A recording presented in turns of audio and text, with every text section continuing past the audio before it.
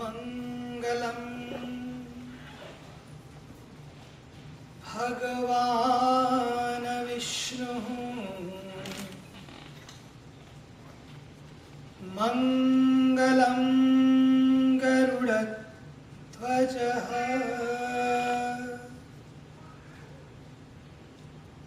मंगलम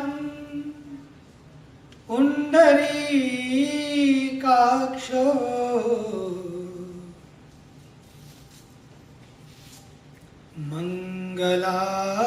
मंगलायतनो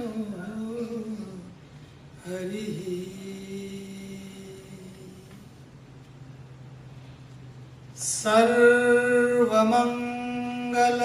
सर्वमंगलमांगल्ये शिवे सर्वार्थ साधिके शरण्ये त्र्यंबके गौरी नारायणी नमोस्तुते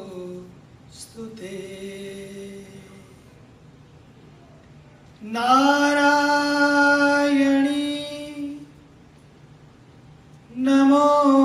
नमोस्तुते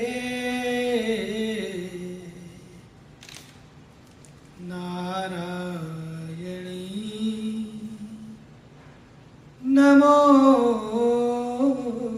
नमोस्तुते ब्रह्मा मुरारिस् त्रिपुरान्तकारी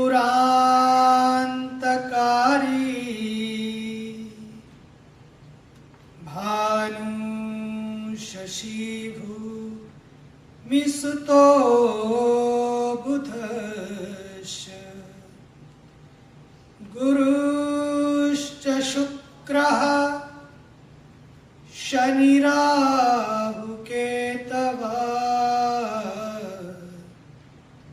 सर्वे ग्रहाः शान्तिकरा भवन्तु सर्वे ग्रहाः शान्तिकरा भवन्तु।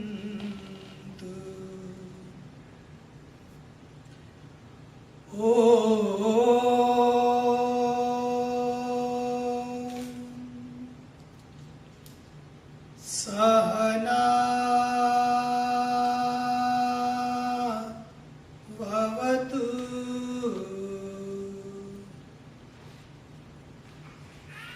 Sahanau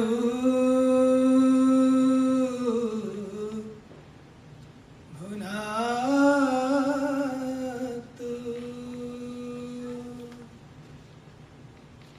sahaviryam karavavahai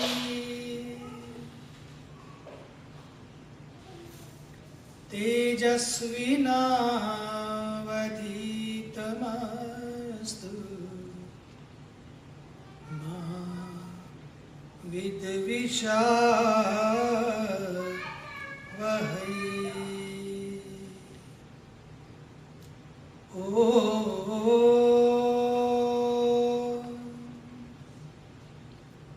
Asato ma sadgamaya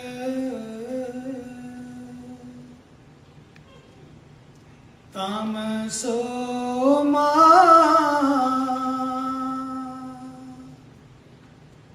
jyotirgamaya.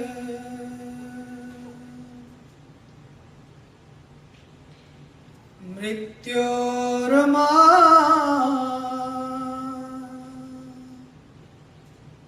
amritam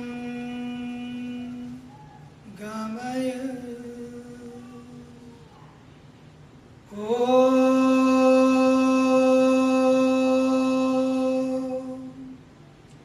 Shanti Shanti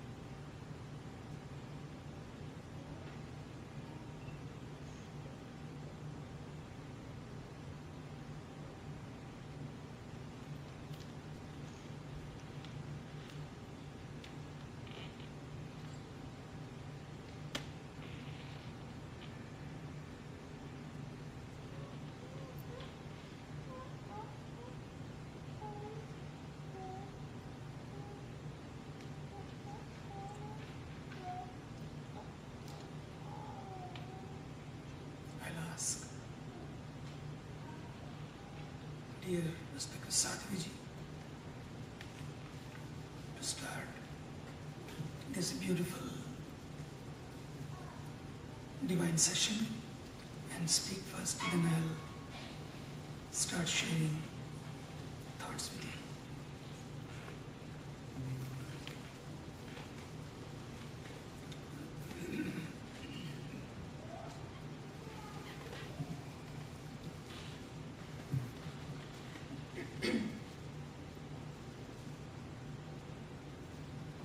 Pujya Swamiji, all of our family here in San Diego. First of all, thank you so much to Babaram, Laura, Sundariram, all of their friends and their team for organizing such a wonderful program that brings us all together. Pujya Swamiji came to San Diego last year for the first time in many, many, many years, more than 10 years. And he'd been coming to LA frequently but hadn't been in San Diego for such a long time. And they just pushed every year. They'd say, you have to come, you have to come. And finally last year, he agreed and we were able to find a day that he came. And he was so touched by the sincerity and the devotion and the true depth of the seeking of the people who had come, that when they said, "Will you come again next year?" he said yes. So it's been really wonderful to come back. One of the things that I have noticed as I come back to America a couple of times a year is, even though things outside actually now tend to be getting a little bit better than they were before, and of course before the fall things were quite good for most people, the level of stress, the level of general frustration, general discontent, general longing for something other than that which we have, seems to grow and grow and grow. And I've been thinking about it because, particularly coming from a world like India, where people have so little, then you come here and there's so much, and yet the levels of discontent on so many levels seem to be so much higher. And for the scientist, psychologist, neurologist, philosopher mind of mine, it's been something that I've been thinking about a lot. And I think one of the main reasons for that is that ultimately, metaphorically, what we're trying to do is squeeze orange juice out of a cow. We have a cow, and we have a desire for orange juice. And on some level, it's not all our fault. We certainly have been indoctrinated by the culture and by the media to believe that if we just squeeze enough, or say the right orange juice prayers or orange juice mantras, or meditate on orange juice enough, or are sincere in our quest for orange juice enough, we'll actually be able to wrest it out of that cow's udders. And the problem is that it doesn't matter how sincere we are, how badly we want orange juice, how much we deserve orange juice, whether we've got all of the orange juice prayers and mantras down pat. If the place that we've gone to for the orange juice, and the place where we're stuck with for the orange juice, is the cow's udders, we're never going to get it. Until and unless we say thank you so much to the cow for the milk it's given us, and turn around and walk to an orange orchard or to a jamba juice or wherever we go. Until and unless we do that, we're never going to get orange juice. And what's going on in our lives is really what we all want is peace, joy, not just temporary happiness like that chocolate sundae was really good and so now I'm really happy, but some really deep, blissful level, expansive level of joy and happiness. We want deep love. We want deep connection. We want meaning and fulfillment. And yet, the place where we're looking for it, those udders we're trying to squeeze it from, is this external world around us, in our bank balances, in shopping malls, in beauty salons, and all of the places that we go, thinking that somehow if I just owned this, or could drive that, or could vacation in this spot, or looked like this, then I have that which I'm looking for. And just like we can never squeeze the orange juice out of a cow's udders, in the same way, that which we're looking for is never going to come from those places because it doesn't exist there. There's a wonderful story of a woman who was alone in the street in the night, and she's searching on the road, on the ground, underneath a street lamp, on her hands and knees, and a holy man walks by and he says, "Mother, what are you searching for? Can I help you?" And she says, "I've lost my key." He says, "Oh." So he also gets down on his hands and knees and he helps her look, and they never find the key. And finally he says, "Mother, where exactly did you lose the key? And she says, inside the house. And he says, well, then why in the world are you looking for it in the road? And she says, because it's very dark in the house, and I don't have any light and I can't see, and there's this really bright street light outside. So I thought, let me come out here and look for it. And of course he says, Mother, go back in the house. It may be dark, it may take you a little while, but ultimately you'll find it. And you'll never find it here. And the reason that I love this story is there's nothing wrong with being in the road in the night. The only problem was that she was looking for a key. If she had been in the road, enjoying the moonlight, taking a walk, getting some fresh air, nothing wrong in it. And in the same way, it's not that peace and joy and meaning and fulfillment and bliss can't happen when we have a successful career or a beautiful home or vacation in the right spots. It's just that it doesn't come from that. So the only problem was that she was searching for something in the road that didn't exist. If she were taking from that evening what the evening had to offer, nothing wrong in it. If we like to drink milk out of cow's udders, wonderful. The problem is when we start thinking that we're going to find something in a place that it doesn't exist. And what's really interesting is that ultimately, the very foundation of what we're looking for, at the most fundamental level, is an expansion of the self. The self is looking to expand, to break through the boundaries and the borders of the sense that I end here. And if you think for a moment about all of the times that we've really experienced deep joy, deep bliss, deep connection, deep love, think about the words that we use to describe it. The verbs, the adverbs, they're things like melting and merging and swimming and bathing, and we talk about volcanoes, and we talk about oceans, and we talk about fireworks. They're all words of expansion. They're all words of a dissolving of this boundary to me. I can't melt and merge and swim and bathe and have fireworks and volcanoes if I'm stuck with the fact that I end here. So ultimately what we're looking for,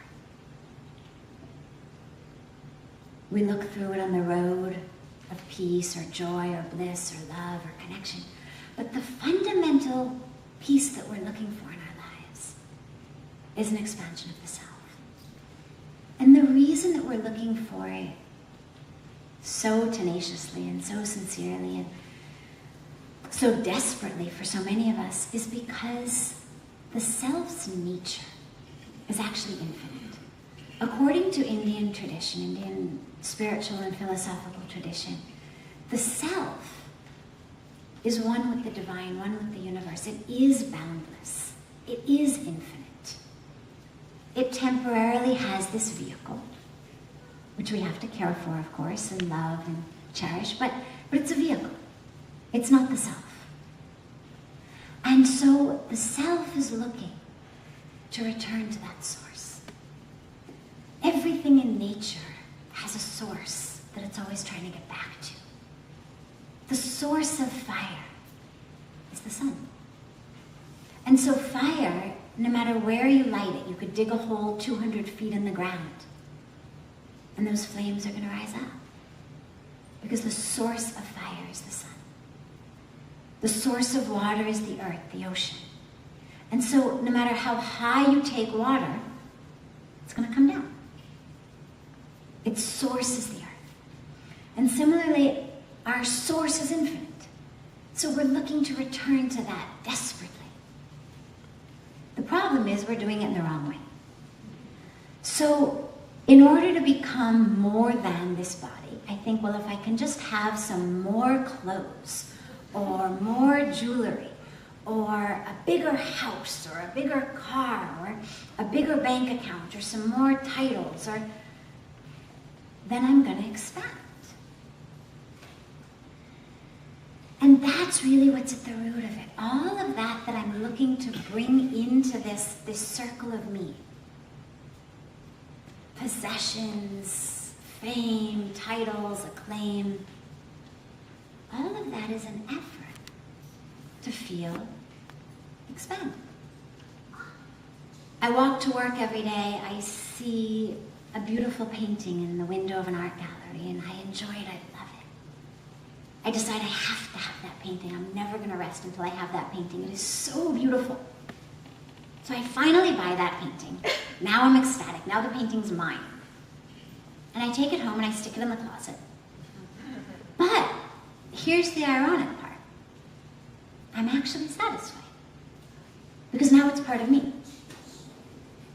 Now it's part of this being that I consider me. I have somehow expanded to include painting. And so even though I used to see it twice a day on the way to and from work, and now I never see it, I'm actually happy. Because now I've expanded. So that's ultimately what's going on with all of the drives, all of the desires, is we're looking to return to that source of boundarylessness, boundlessness, infinite nature, oneness with the universe. And the good news is, since we can't buy it, and we can't order it, and we can't download it, and we can't acquire it, the good news is it's actually already with us. And all we have to do is look within for it.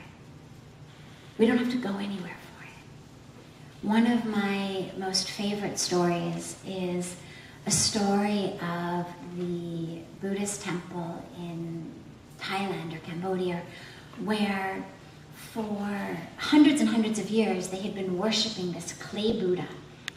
And one day the monks in the temple are cleaning the clay Buddha, and they see something shimmering within.